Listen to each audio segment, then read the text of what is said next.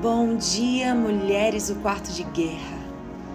Eu louvo a Deus pela sua vida, por ser uma mulher guerreira, destemida, que não tem deixado de se posicionar no lugar certo e tem levantado um altar de adoração, um altar de entrega, um altar de renúncia, um altar na tua casa, no teu lar. É a mulher que edifica o lar.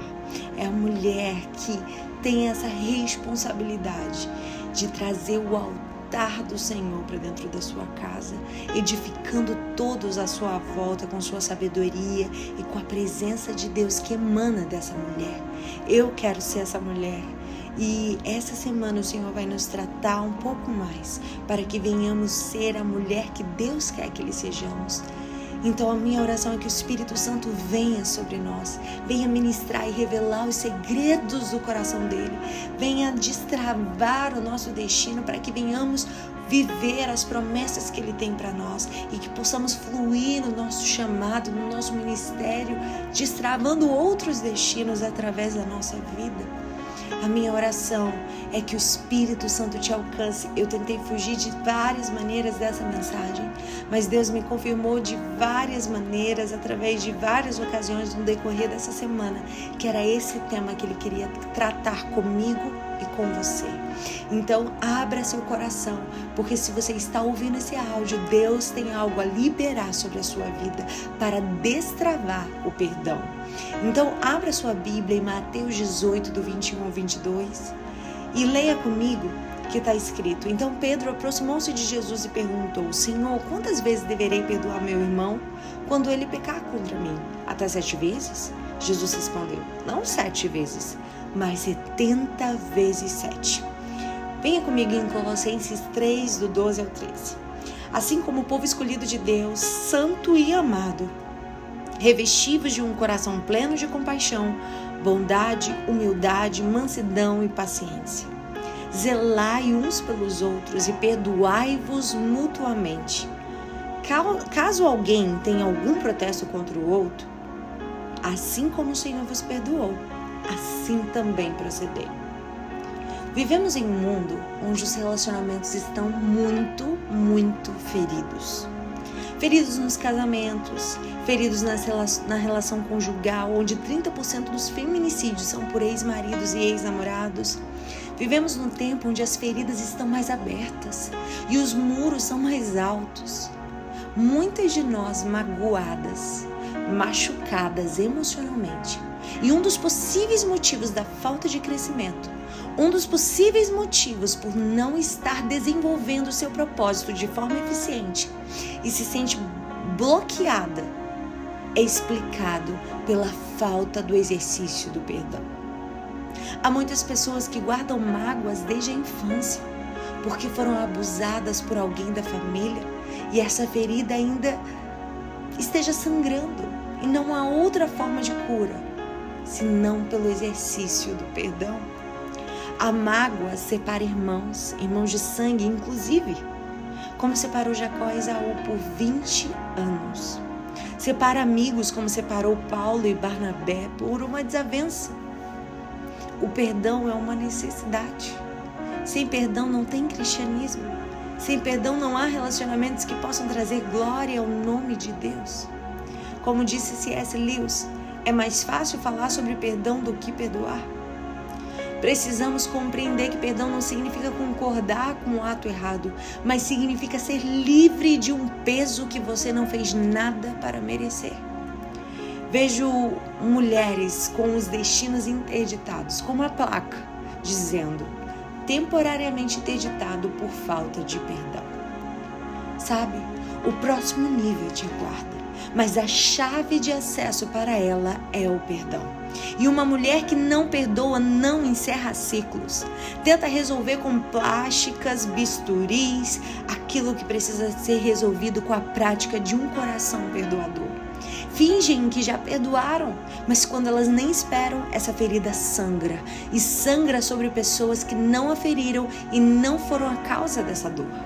Porque um espírito não perdoador é inclinado a contendas e é a mais genuína evidência de que você ainda precisa nascer de novo. Existem milhares de pessoas que participam da ceia do Senhor e professam amar o Evangelho e que de repente sangram sobre pessoas as feridas que carregam pela falta do perdão não liberado. Porque o perdão fecha as feridas. O perdão encerra ciclos de um passado doloroso. O perdão inaugura um novo tempo e te libera para viver as promessas de Deus para a sua vida. Aquele que não consegue perdoar o outro por pequenas ofensas, muitas vezes revela que seus corações não conhecem e não experimentaram o perdão gratuito e completo que Cristo nos oferece. O perdão é uma evidência da habitação do Espírito na vida de uma pessoa.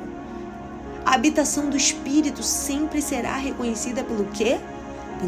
Pelos frutos que ela produz na nossa vida. Esses frutos são ativos e também passivos. Passivos, o que é passivos? Suportar, tolerar. Então entenda, aquela que não aprendeu a suportar, a tolerar e deixar passar muitas coisas, essa não é nascida do Espírito. O perdão que o Evangelho nos ensina é profundamente humilhante, porque Ele mesmo se humilhou. E esse caminho nos revela com muita clareza a diferença do caminho do mundo e o caminho do Evangelho. Jesus, quando nos ensinou a orar, nos ensinou sobre o perdão.